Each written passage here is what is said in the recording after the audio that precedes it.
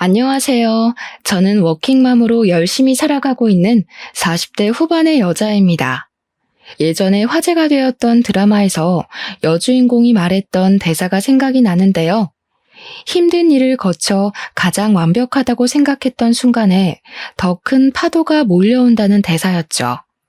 저도 이제야 좀 안정적인 삶을 살게 되었고, 이대로 가면 행복이 계속될 거라고 생각했던 때에 일생일대의 사건을 경험하게 되었답니다. 지금은 다시 안정을 찾고 살아가고 있지만 가끔씩 그때를 생각하면 몸서리가 치네요. 저의 이야기를 한번 들어봐 주시겠어요? 저는 대학교를 졸업하자마자 운이 좋게도 면접에 통과해서 나름 괜찮은 기업에 합격하게 되었어요. 워낙 업무량이 많아서 30 초반까지 정말 일에만 파묻혀 살았던 것 같아요. 사실 연애에도 별로 관심 없어서 연애도 거의 하지 않았답니다. 야근이 잦아서 거의 회사 동기들과만 지내다 보니 비슷한 나이대라 그런지 똘똘 뭉쳐 다니게 되더라고요. 동기 무리 중에 저보다 3살 많은 남편도 있었는데 제가 피곤하다고 하면 커피도 사다 주고 회식 끝나면 일부러 집에도 데려다 주면서 친절하게 대해주더라고요. 그래서 점점 호감이 생기게 되었고 서로 자연스럽게 사귀는 사이가 되었답니다.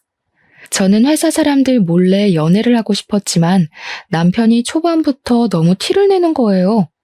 그래서 얼마 되지 않아 동기들이 다 알게 되었고 어느새 공식 커플이 되었죠. 미래에 어떻게 될지도 모르는데 함께 회사에 다니니 상사들도 자꾸 농담을 하고 동기들도 눈치를 주기 시작하더라고요. 너무 불편해서 남편에게 둘 중에 한 명이 이직하지 않으면 이 관계를 끝내겠다고 엄포를 놓았죠. 남편도 저에게 푹 빠져 있을 때라서 열심히 다른 곳을 찾아보더라고요. 결국 비슷한 조건의 기업으로 연봉도 좀 더 높여서 이직에 성공하더라고요. 저는 남편의 추진력 있는 모습에 더욱 신뢰가 생겼던 것 같아요. 그렇게 3년의 연애 끝에 결혼까지 하게 되었죠. 친정과 시댁의 수준이 거의 비슷해서 딱히 반대는 없었답니다. 어느덧 15년의 세월이 흘렀고 남편과 저는 열심히 저축해서 수도권에 있는 아파트도 마련했고 둘이 합쳐 연봉도 넉넉해졌어요. 중학생이 된 딸과 함께 별 문제 없이 똑같은 일상을 살아나갔답니다. 저는 계속 같은 회사에 다니고 있고 어느새 과장 직급이 되었는데요.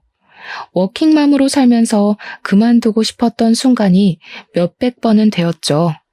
특히 아이가 초등학교 들어갔을 때는 너무 힘들어서 사표 내기 직전까지 갔었답니다.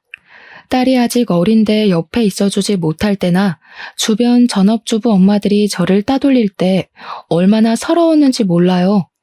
평생 전업주부로 살아오신 시어머니도 제가 일하는 걸 항상 못마땅해 하셨어요. 처음에 결혼한다고 인사드리러 갔던 날부터 제 인상이 너무 세서 남편 기를 죽일 것 같다느니 여자가 뭔 일을 그렇게 남자처럼 많이 하느냐느니 하면서 탐탁치 않아 하셨죠. 제가 너무 바빠서 발을 동동거릴 때 항상 저를 도와주신 건 친정 어머니였답니다. 힘들 때마다 울면서 일을 관둬야겠다고 말하면 자기가 최대한 도와주겠다면서 절대로 그만두지 말라고 여자도 자기 일을 갖고 있어야 한다고 용기를 주셨죠. 시댁은 우리 아파트와 가까운 거리에 있는 빌라에 살고 계셔서 정말 급할 때 아이를 부탁드렸던 적도 있었는데 항상 매몰차게 거절하셨답니다. 제가 전화를 할 때마다 멀리 나와 있다면서 단 한 번도 아이를 봐주시지 않았죠. 그래서 항상 시모에게 서운한 마음을 갖고 있었지만 겉으로 내색은 잘하지 않았어요. 왜냐하면 명절이나 제사 때에도 늦게 가는 날이 많고 시댁에도 자주 찾아가진 못해서 죄송한 마음이 있었거든요. 시모는 제가 늦게 가면 눈을 흘기시며 일가는 티 좀 내지 말라고 이 동네에서 네가 제일 바쁜 여편네 같다고 항상 핀잔을 주셨어요. 남편에게는 2살 위인 형이 있는데요. 제 손이 동서인 형님은 남편과 동갑이고 우리 딸과 같은 나이의 아들이 한 명 있답니다. 형님도 항상 전업주부로 살아왔는데 굉장히 여성스러운 스타일이에요. 머리도 아가씨처럼 긴 웨이브를 하고 옷도 꽃무늬 원피스 같은 걸 좋아하는지 그런 것만 입고 있는 것 같더라고요.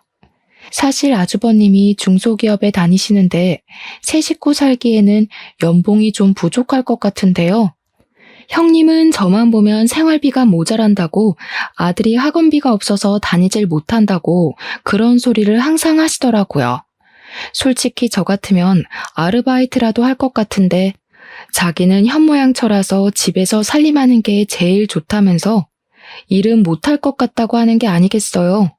그럼 돈이 부족하단 말은 안 해야 되는데 항상 앓는 소리를 하니까 듣기가 좀 거북하더라고요. 저는 성격이 좀 사무적이라 그럴까요? 딱딱한 편이라 시모에게 살갑게 구는 걸 잘 못하는데 형님은 시모에게 아주 애교 있게 대하고 부를 때도 엄마라고 불렀답니다.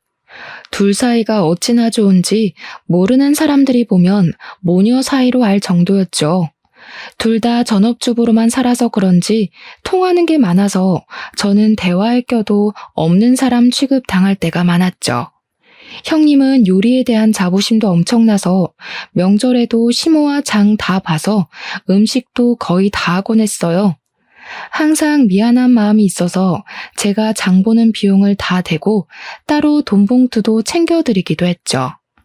형님은 저보다 자주 시댁에 찾아가는 것 같았는데 장아찌며 밑반찬을 다 해다 주는 것 같더라고요. 예전에 주말에 갑자기 전화가 와서는 우리 아파트 근처라면서 밑반찬 주러 왔다고 한 적이 있어서 좀 놀란 적이 있어요. 그때 형님이 집에 한번 와보고 아파트 평수가 넓어서 충격을 좀 받았던 모양이더라고요. 형님은 신혼 때부터 오래된 빌라에 살고 있어서 새로 분양받은 아파트를 보여주기가 좀 불편했거든요. 그 후로도 몇 번을 반찬했다면서 집에 가도 되겠냐고 하길래 사실 반찬을 잘 먹지 않아서 버리게 된다고 앞으로는 갖다 주지 않아도 된다니까 한동안 엄청 차갑게 대하더라고요. 어김없이 추석 명절이 돌아왔고 남편과 딸은 먼저 시댁에 가 있었지만 저는 회사에 갑자기 일이 터져서 해결하고 가느라 저녁에야 갈 수 있었답니다. 문을 빼꼼히 열고 들어가니 형님이 꽃무늬 앞치마를 곱게 하고 저녁 식사를 차리고 계시더라고요. 시모는 저를 보고는 혀를 끌끌 차더라고요. 저는 민망해서 얼른 외투를 벗고 주방으로 들어갔죠. 이번 명절에도 어김없이 회사에 급한 일이 생겼니? 너네 회사는 명절 때만 되면 일부러 그러냐 아니면 네가 일부러 그러는 거냐? 죄송해요. 공교롭게 명절 때랑 결제하는 시기가 비슷해서 일이 많네요. 제가 이거 할까요? 됐다. 누구 말 맞다나 다 된 밥상에 숟가락만 얹으려고? 난 너처럼 염치가 없는 애는 살다 처음 본다. 너는 이런 형님이 있는 걸 하늘이 도왔다고 생각해야 돼. 어느 누가 아무 소리 안 하고 네 몫까지 다 해주냐? 엄마, 그만하세요. 동서도 힘들게 일하고 왔는데요. 명절에 큰 소리 내면 안 좋잖아요. 제가 밥 풀 테니까 거실에 가 계셔요. 다들 둘러앉아 저녁을 먹는데 시부모를 비롯해서 남편까지 음식이 맛있다면서 형님 칭찬하느라 바쁘더라고요. 저는 꽂아놓은 보리자루처럼 앉아서 밥을 먹었죠. 갈비 좀 먹으려고 하면 시모가 어찌나 째려보는지 저는 눈치가 보여서 앞에 놓인 밑반찬만 집어 먹었어요. 그랬더니 형님이 제 밥그릇에 갈비를 놔주면서 사람 좋게 웃는데 뭐라고 할 말이 없더라고요. 밥을 다 먹고 제가 설거지를 시작했죠. 시모는 식탁에 앉아 저를 째려보며 과일을 먹고 있었고 형님이 그릇들을 정리했어요. 설거지할 거 많은데 내가 할게. 동서는 일하고 와서 힘들 텐데 좀 앉아있어. 무슨 소리를 하니? 당연히 설거지라도 해야지 뭘 한 게 있다고. 너는 명절 내내 밥 차리고 설거지해라. 친정 갈 국리는 접어두고. 어머니, 그래도 친정은 가야죠. 이런 말씀까진 안 드리려고 했지만 제가 못하는 만큼 금전적으로 채워드리려고 노력하잖아요. 그리고 음식하기 힘드시면 요즘엔 사다 먹어도 맛있어요. 송편도 전도 사 먹는 게 더 돈도 절약되고요. 아이고, 아주 돈 좀 번다고 유난 떨기는. 네가 그딴 말을 쉽게 내뱉는 걸 보니 평소에 우리 아들한테 어떻게 해먹이는지 환히 보인다. 너 반찬이며 뭐며 깡그리 사다 먹지? 요즘 젊은 사람들은 사다 먹는 사람 많아요. 물론 음식하면 그만큼 사랑과 정성이 들어가겠지만 바쁘면 사다가 먹어도 되죠. 넌 큰애 좀 보고 배워야 돼. 세상에 이번에 마늘장아찌는 또 얼마나 맛있게 담가다 줬는지. 여자가 이렇게 살림을 꾸리고 남편하고 애들 잘 먹이고 이런 데 신경을 써야지. 널 보면 내가 억장이 무너져. 우리 아들 불쌍해서. 저는 속이 부글부글 끓었지만 시모의 말에 대답하지 않고 묵묵히 설거지만 했답니다. 그때 갑자기 형님이 제 팔 위로 뜨거운 물을 확 붓는 게 아니겠어요? 저는 너무 놀라 악 소리를 질렀죠.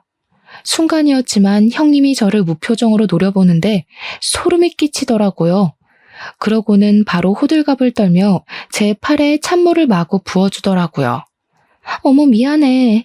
급하게 버리다 보니까 잘못 봤네. 화상 입은 거 아니야? 어떡해.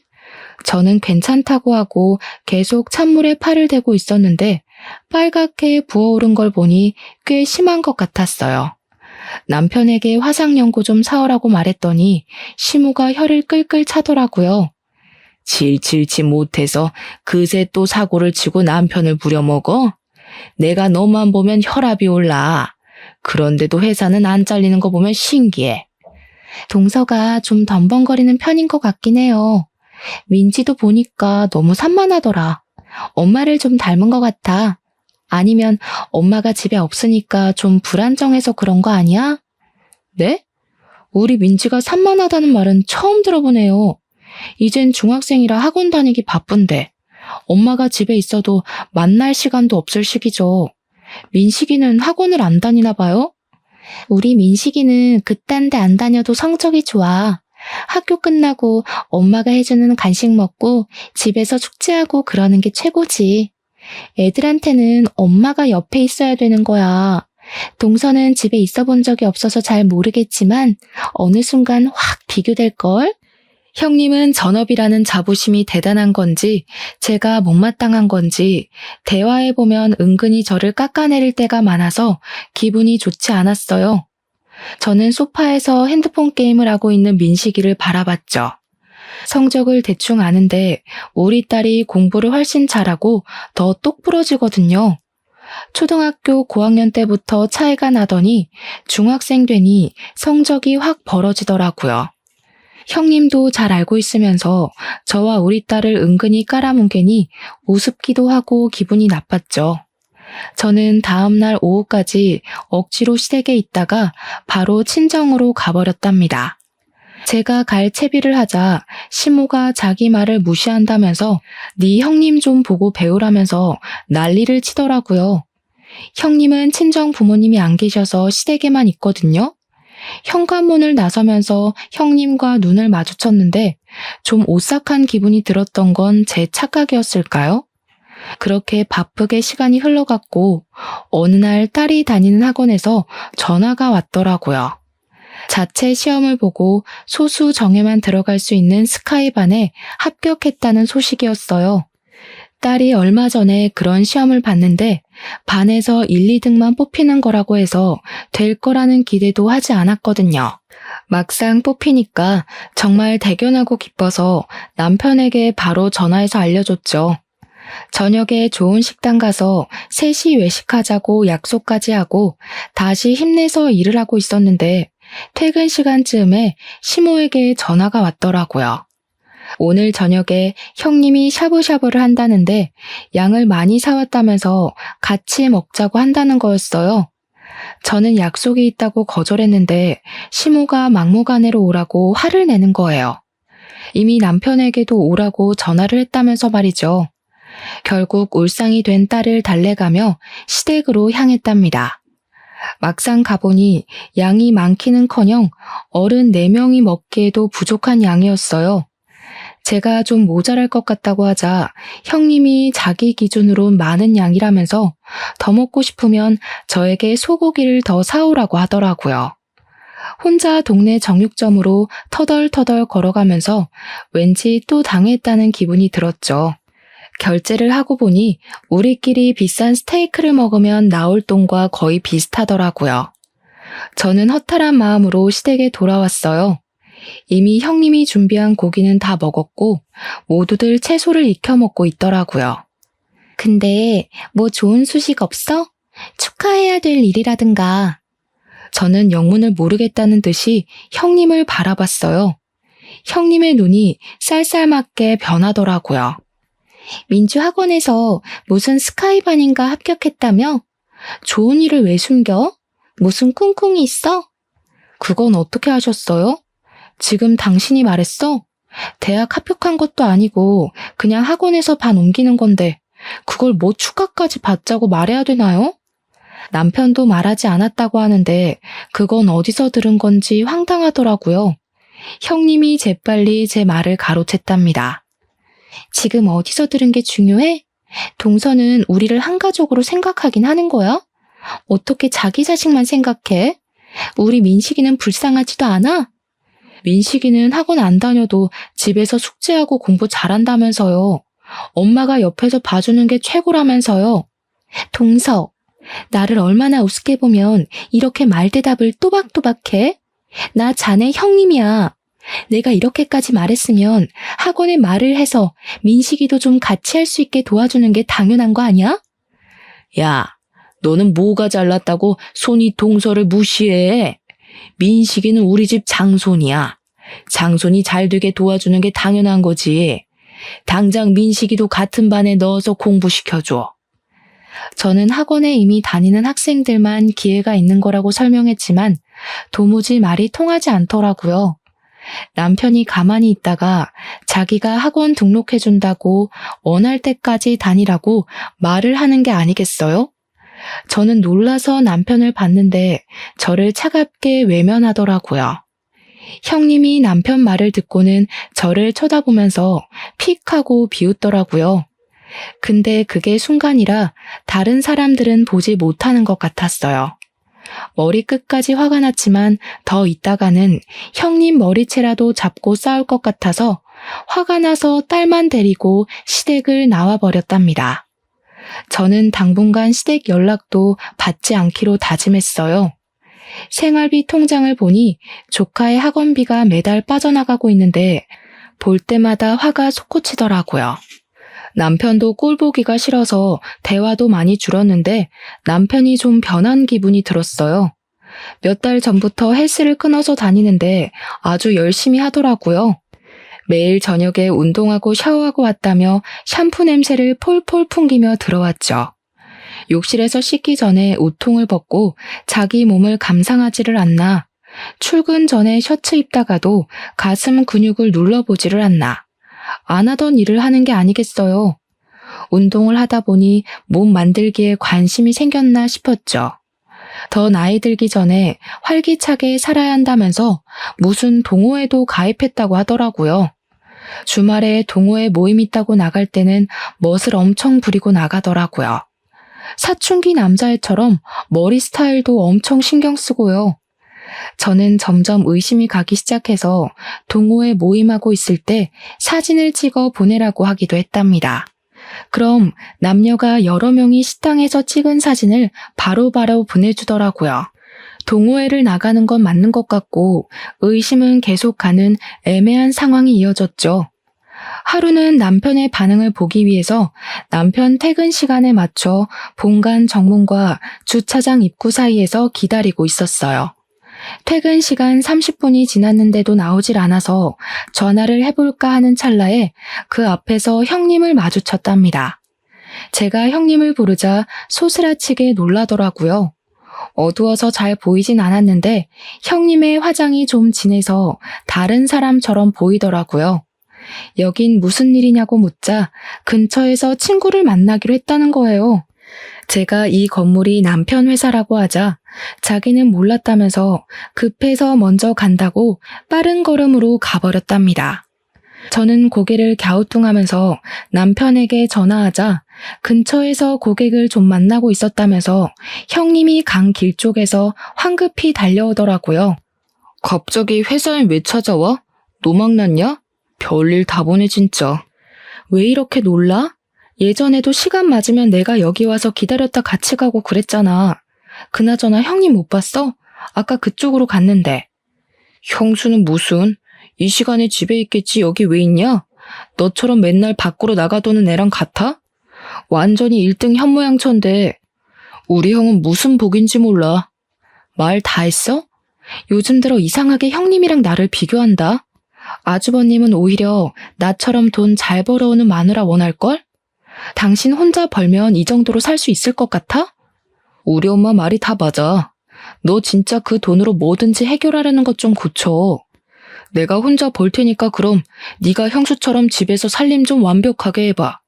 나도 삼시세끼 따뜻한 집밥 좀 받아보자. 요즘에 남편이 형님과 저를 비교하는 말을 자주 하기 시작하더라고요. 시댁에 찾아간 지도 꽤 돼서 형님을 만난 적도 없을 텐데 왜 자꾸 말을 꺼내는지 수상한 기분이 들었죠. 남편이 잘 때 핸드폰을 뒤져보기도 했지만 다른 여자의 흔적은 전혀 발견할 수가 없었답니다.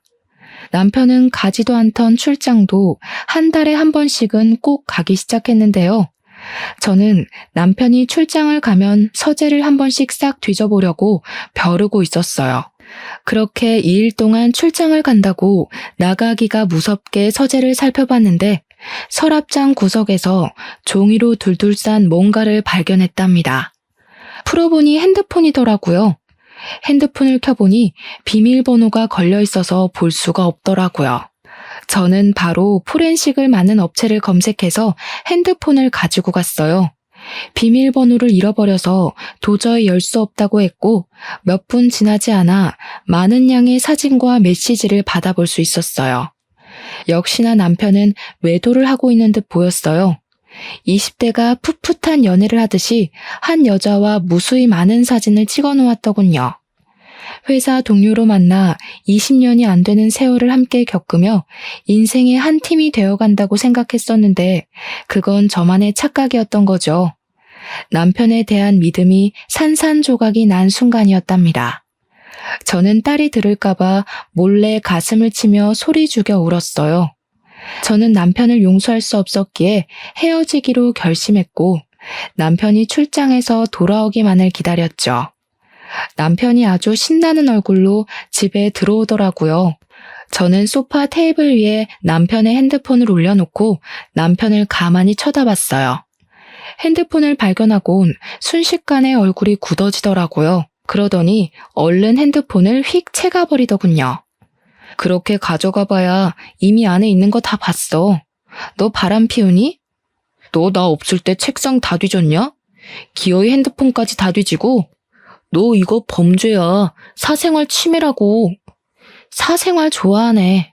다시 한번 물을게. 너 사진 속 그년이랑 바람 피우냐? 천박하게 바람이 뭐야? 남자가 잠깐 흔들릴 수도 있는 거지. 어떻게 평생을 한 여자만 보냐? 생각하는 거 하고는 이거 완전히 쓰레기였네. 너는 분리수거도 안 되고 그냥 쓰레기 봉투에 묶어버려야겠다. 당장 앞장서 너네 집으로 가. 저는 형님 부부에게도 시댁으로 오라고 전화를 해놓고 남편을 끌고 시댁으로 갔어요. 들어가자마자 남편이 바람 피운다고 나는 용서할 수 없으니 이혼할 거라고 말했죠. 남편이 이혼까지는 생각을 안 했는지 놀란 눈으로 저를 바라보더라고요. 이 야밤에 시댁에 쳐들어와서 경박하게 이혼 얘기나 해대고 남자가 한번 실수할 수도 있지.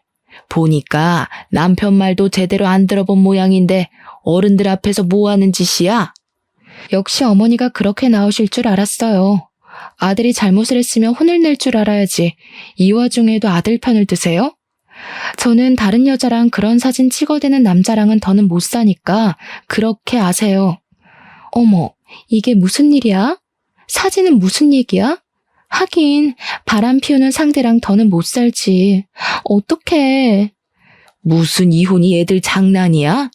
난 너 처음 봤을 때부터 마음에 안 들었어. 맨날 회사 그러면서 시댁을 우습게 보고 말이야. 네가 한 번이라도 시부모 밥을 차려준 적 있어? 며느리 노릇도 한 번도 안 해본 게? 지금까지 매달 용돈 빠짐없이 드렸어요. 어머니는 맨날 돈으로 퉁친다고 하는데요. 육아휴직하고 돈 없을 때도, 아파트 이자 내느라 빠듯할 때도 꼭 어머님 용돈은 챙겨드리려고 제가 얼마나 노력했는지 아세요? 친정에는 용돈 드리지도 않는 거 어머니도 아시잖아요. 또 그놈의 돈으로 유세 떠네. 니까짓 게 얼마나 번다고. 야, 됐어. 우리 아들하고 당장 이혼해. 어디서 천박한 게 들어와서 이런 분란을 만들고 난리야? 보고 있던 남편이 머리를 마구 쥐어뜯으며 소리를 지르기 시작하더라고요. 아주버님이 형님을 말리고 형님은 저를 또 무표정으로 쳐다보고 있더라고요. 저는 무시하고 시댁을 나와버렸죠. 딸이 한창 민감한 나이라 어렵게 말을 꺼냈는데 다행히 저를 따라오겠다고 하더라고요. 어차피 이혼하려면 시간이 걸리기에 모든 게 끝날 때까진 흔들리지 말고 일상을 살아나가기로 결심했죠.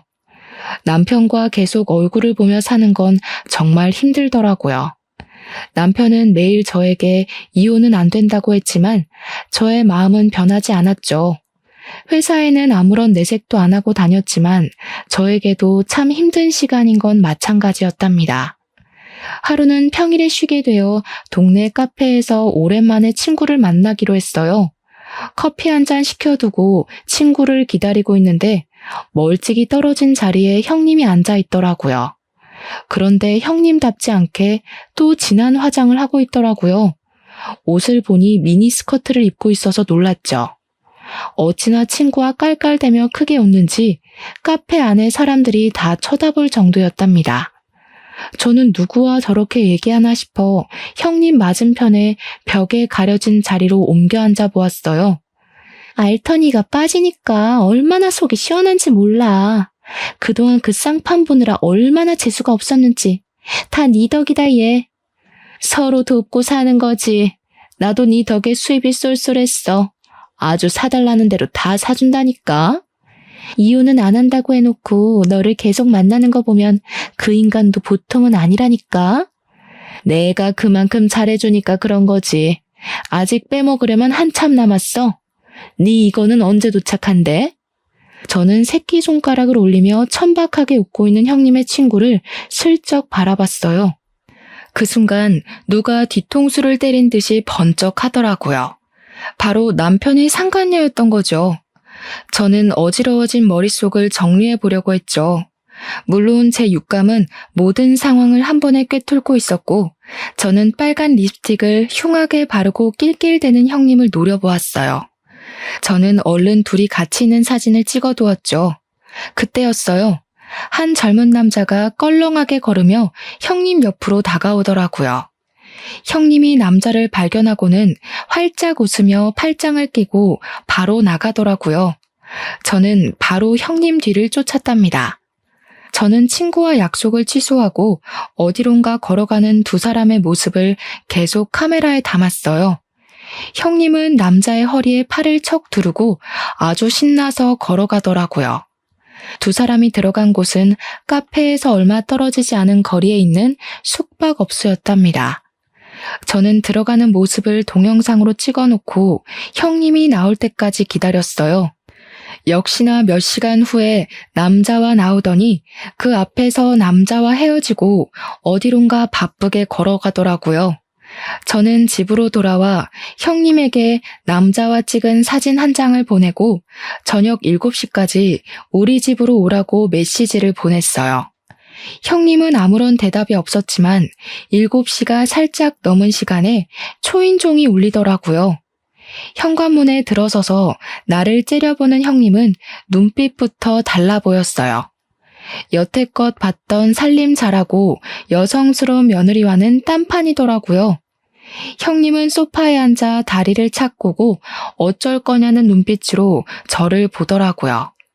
지금 집에 저밖에 없고 전 더 이상 그 집안 며느리도 아니니까 그렇게 바라보실 거 없어요.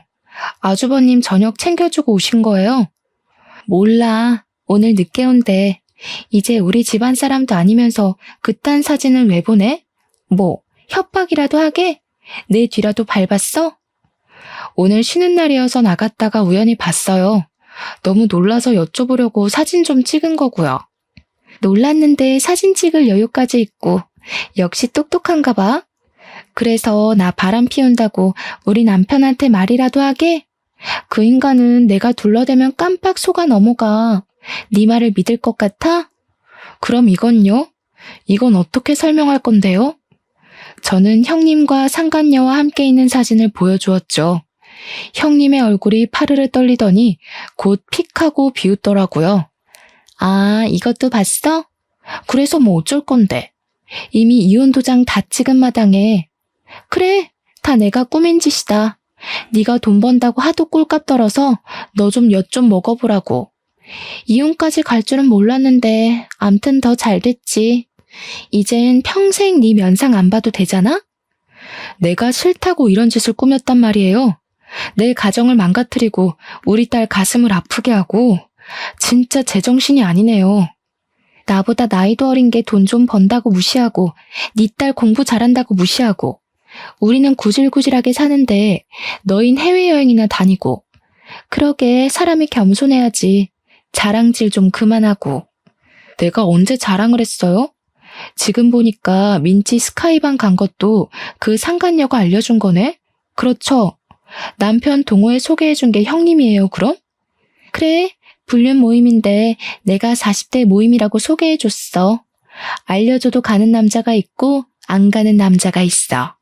네 남편도 그런 놈이니까 바람을 피운 거지. 내가 뭐 둘을 한 방에 묶어놨겠니? 어차피 북치고 장구친 건 네 남편이야. 형님은 저를 비웃으면서 주머니에서 담배를 꺼내들더라고요. 그러고는 담배 연기를 저한테 훅 뿌려댔어요. 그때였죠. 방에서 시부모와 아주버님과 남편이 우르르 달려나왔어요. 그걸 본 형님 얼굴이 하얗게 질려서 담배를 툭 떨어뜨리더라고요. 시모가 대뜸 형님의 머리채를 잡고 흔들기 시작했죠. 아주버님도 형님의 뺨을 세게 때리고는 악 소리를 내며 절규를 하더라고요. 아주버님을 붙잡고 한탄하던 시모가 분이 안 풀렸는지 형님의 머리를 사정없이 때리더라고요. 형님은 소리도 못 내고 부들부들 떨면서 맞고만 있었죠. 감히 니까지 꽤 우리를 속여? 부모도 없는 거 불쌍해서 걷어줬더니만 아주 듣고 있으니 가관이네. 너 여태껏 몇 놈이랑 바람이 난 거야? 그것도 모르고 우리 불쌍한 큰아들 혼자 너 먹여 살리느라 그렇게 밤낮 없이 일하고. 인두껍을 쓰고 어떻게 이런 일을 벌일 수가 있어? 나 이혼시키려고 네가 작정하고 9년을 들이밀었단 말이야? 그것도 모르고 그 꽃뱀한테 여태껏 퍼준 게 얼마야? 네가 다시 다 돌려내. 네가 다 원상복구 해놓으라고. 남편이 형님 멱살을 잡고 거칠게 흔들다가 바닥에 철퍼덕 주저앉더라고요. 그러다가 제 다리를 잡고 애걸하기 시작했죠. 여보, 다 들었지? 저게 다 꾸민 일이라잖아. 솔직히 작정하고 들이대는데 안 당해낼 남자가 몇이나 되겠어? 내가 앞으로 죽은 듯이 당신 말만 들으면서 살 테니까 제발 이혼만은 하지 말자. 저 여자가 한 말 못 들었어? 그런 놈이니까 걸려들은 거라잖아. 틀린 말 없네. 내가 제대로 된 남자를 못 골라서 이런 사달이 났다는데 어쩌겠어. 내 결심은 변함없으니까 그렇게 알아. 저는 이미 저의 짐은 다 빼놓은 상태였기에 미련 없이 그 집을 나왔죠. 남편이 이혼에 동의하지 않아서 저는 소송 이혼으로 진행할 수밖에 없었답니다. 그리고 상간녀에게도 바로 상간녀 소송을 걸었고요. 변호사가 상간녀에 대해 알려주었는데요. 형님과 상간녀는 중학교 때부터 친했던 친구 사이라네요. 소위 말하는 문제아 시절을 함께 보냈고 동네에서도 사고를 많이 쳐서 아주 유명했다고 하더라고요. 우연치 않게 아주버님도 이혼 상담을 한다고 같은 변호사 사무실에 왔더라고요. 한 번 마주쳤는데 잠깐 이야기를 나눴죠. 따지고 보면 아주버님은 저보다 더 마음의 상처를 입은 피해자니까요. 형님은 현모양처가 꿈이었던 건지 과거를 숨기려고 그렇게 연기를 한 건지는 모르겠지만 아주버님이 일하는 동안 거의 매일 밖으로 나다녔고 바람도 숱하게 피웠다고 하더라고요. 형님이 우리 집과 비교하면서 돈 좀 많이 벌어오라고 그렇게 아주버님을 구박해서 밤에는 대리운전까지 다녀야 했었다네요.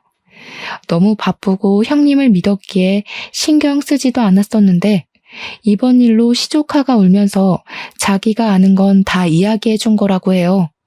가만히 아주버님의 이야기를 듣고 있다가 전 남편 얘기를 꺼내려고 하기에 바쁜 일이 있다며 얼른 자리를 피해버렸답니다. 워낙 남편의 증거가 확실했고 남편도 반성을 해서 소송은 비교적 짧은 시간 안에 끝날 수가 있었네요. 아파트의 절반 가격을 받고 위자료도 받을 수 있었죠. 딸의 양육비도 매달 받는 것으로 판결이 났답니다. 저는 남편에게 받은 돈과 직장인 대출을 받아서 딸과 둘이 살 자그마한 아파트를 얻을 수 있었어요.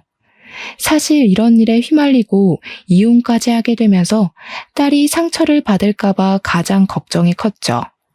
이제 자기도 컸다면서 엄마의 마음을 이해한다면서 오히려 저를 위로해주는 딸이 있어 좀 더 빨리 일상으로 돌아올 수 있었던 것 같아요. 그렇게 이혼한 지 반년의 시간이 지났고 저는 딸과 둘이 살아가는 삶에 익숙해지고 있었죠. 어느 날 퇴근하고 집에 돌아오니 낯익은 신발이 현관 앞에 있는 게 아니겠어요? 그리고 아주 커다란 짐가방이 놓여 있더라고요. 놀라서 들어가 보니 역시나 시모가 떡하니 앉아 있더라고요. 그 옆에선 딸이 저의 반응을 보고 안절부절 못하고 있더라고요. 딸에겐 할머니니까 어쩔 수 없이 문을 열어주었겠죠. 저는 딸에게 괜찮다고 눈짓을 보내고 방에 들어가라고 했어요. 여긴 어떻게 알고 온 거예요? 아니, 어떻게 여길 올 생각을 하세요? 어미야, 내가 다 잘못했다. 내가 그 불려우한테 홀려서 진짜 나를 생각하는 내 며느리를 잃은 게 너무 한이 된다. 내가 이렇게 사죄하마. 시모는 제 앞에서 무릎을 꿇더니 양손을 빌기 시작하더라고요. 저는 시모를 억지로 끌어서 일으켰죠. 왜 이래요, 이제 와서. 얼른 나가요, 경찰 부르기 전에. 또 찾아오면 진짜 가만히 안 있을 거예요? 애미야, 제발 나 좀 용서해 주렴. 내가 갈 데가 없어. 늙은 시어미가 길거리에서 자다가 죽었으면 좋겠니? 아니면 딱 한 달만 여기서 좀 지내게 해다오. 응? 이게 무슨 말 같지도 않은 소리예요? 누가 내 시어머니야? 나 같은 며느리 필요 없다고 내칠 때는 언제고. 나가요, 나가. 내가 진짜 갈 데가 없어서 그래. 첫째가 이혼하고 일도 때려치우고 맨날 술만 마셔. 나만 보면 집안 살림 다 때려 부수고 나가라고 소리를 질러서 내가 집에 있을 수가 없다. 아이고, 내 신세야. 그건 제 알바가 아니에요. 저는 더 이상 그 집하고 얽혀있는 사람이 아니라고요. 이 더러운 가방 갖고 당장 나가요, 당장. 저는 시모를 있는 힘을 다해 문 쪽으로 밀었죠. 시모가 신발장을 붙잡고 엉엉 울면서 버티고 있는 걸 보니 어이가 없더라고요. 전 남편에게 바로 전화를 걸어서 당장 모시고 가라고 소리를 질렀답니다. 30분도 안 돼서 전 남편이 왔더라고요. 둘이 짠 건지 문을 열어주니 전 남편이 마구 비집으면서 결국은 거실까지 들어오는 게 아니겠어요. 오랜만에 본 전 남편은 회사도 다니지 않는지 더벅머리에 수염도 덥수룩하고 초췌한 얼굴을 하고 있더라고요. 전 남편은 조금 전에 시모 마냥 제 앞에 무릎을 꿇고 손을 싹싹 빌기 시작했답니다. 여보, 제발 우리 다시 합치자. 내가 부모님이랑 형이랑 그 코딱지 같은 집에서 정말 죽지 못해 살아. 그 나쁜 년은 형이 이혼소송 승소했는데도 형 돈을 다 가지고 튀었어. 우리 민지를 생각해서라도 나 좀 살려줘. 이혼한 뒤로 양육비는커녕 민지한테 전화도 한 번 안 한 게 무슨 아빠라고 내 딸 이름을 들먹여. 둘 다 이렇게 나온다 이거지? 전 남편의 행동을 보니 더하면 더했지 순순히 시모를 데려갈 것 같지가 않더라고요. 저는 동네 창피했지만 어쩔 수 없이 경찰을 불렀어요. 경찰들이 와서 남편과 시모의 팔을 잡고 달래며 문 밖으로 끌어내기 시작했답니다. 그때 경찰에게 잡힌 시모가 저한테 확 달려들면서 살려달라고 악을 쓰는 게 아니겠어요? 저는 너무 놀라서 뒤로 물러섰답니다. 아무리 봐도 정상적인 사람처럼 보이지가 않더라고요. 경찰이 시모와 이런저런 대화를 해보더니 아무래도 치매 환자인 것 같다고 말을 하더라고요. 저는 놀라서 전 남편을 쏘아봤는데 남편은 이미 다 알고 있었던 듯이 고개를 푹 숙이고 아무 말이 없더라고요. 시모는 아들 2명이 한꺼번에 이혼한 충격이 너무 컸는지 이상한 행동을 자꾸 하다가 결국 치매 판정을 받았다고 했죠. 전 남편이 갑자기 눈물을 절절 흘리면서 제 앞에 털썩 주저앉았답니다. 엄마가 당신한테 얼마나 미안하셨으면 치매 걸린 뒤로 당신밖에 기억을 못해. 맨날 당신 얘기하고 찾으러 가야 한다고 그러고. 당신이 우리 엄마 좀 용서해줘. 당신 없으면 나 죽어. 그니까 지금 내가 치매 걸린 너네 엄마랑 술만 먹어대는 아주버님이랑 엄마가 도망간 조카 데리고 너 보듬으면서 같이 살아달란 말이네? 돈도 내가 다 벌어오고. 너는 진짜 끝까지 쓰레기 짓을 하는구나. 이 양심도 없는 놈아. 당신이랑 우리 민지만 있으면 나 다시 예전으로 돌아갈 수 있어. 제발 나 좀 살려줘. 민지야, 민지야 아빠 왔어. 전 남편이 딸의 이름을 계속 부르자 어느새 딸이 문을 빼꼼히 열고 보고 있더라고요. 저는 얼른 방으로 들어가라고 소리치고 현관문을 닫아버렸어요. 네가 뭘 잘했다고 민지 이름을 입에 올려. 얼마나 더 애한테 상처 주려고 그래. 다시는 너랑 길에서라도 마주치는 일 없을 거야. 또 찾아오기만 해봐. 가만 안 있을 거니까. 저는 경찰에게 2 사람을 주거 침입죄로 신고하고 싶다고 당장 상황 좀 마무리해달라고 했어요.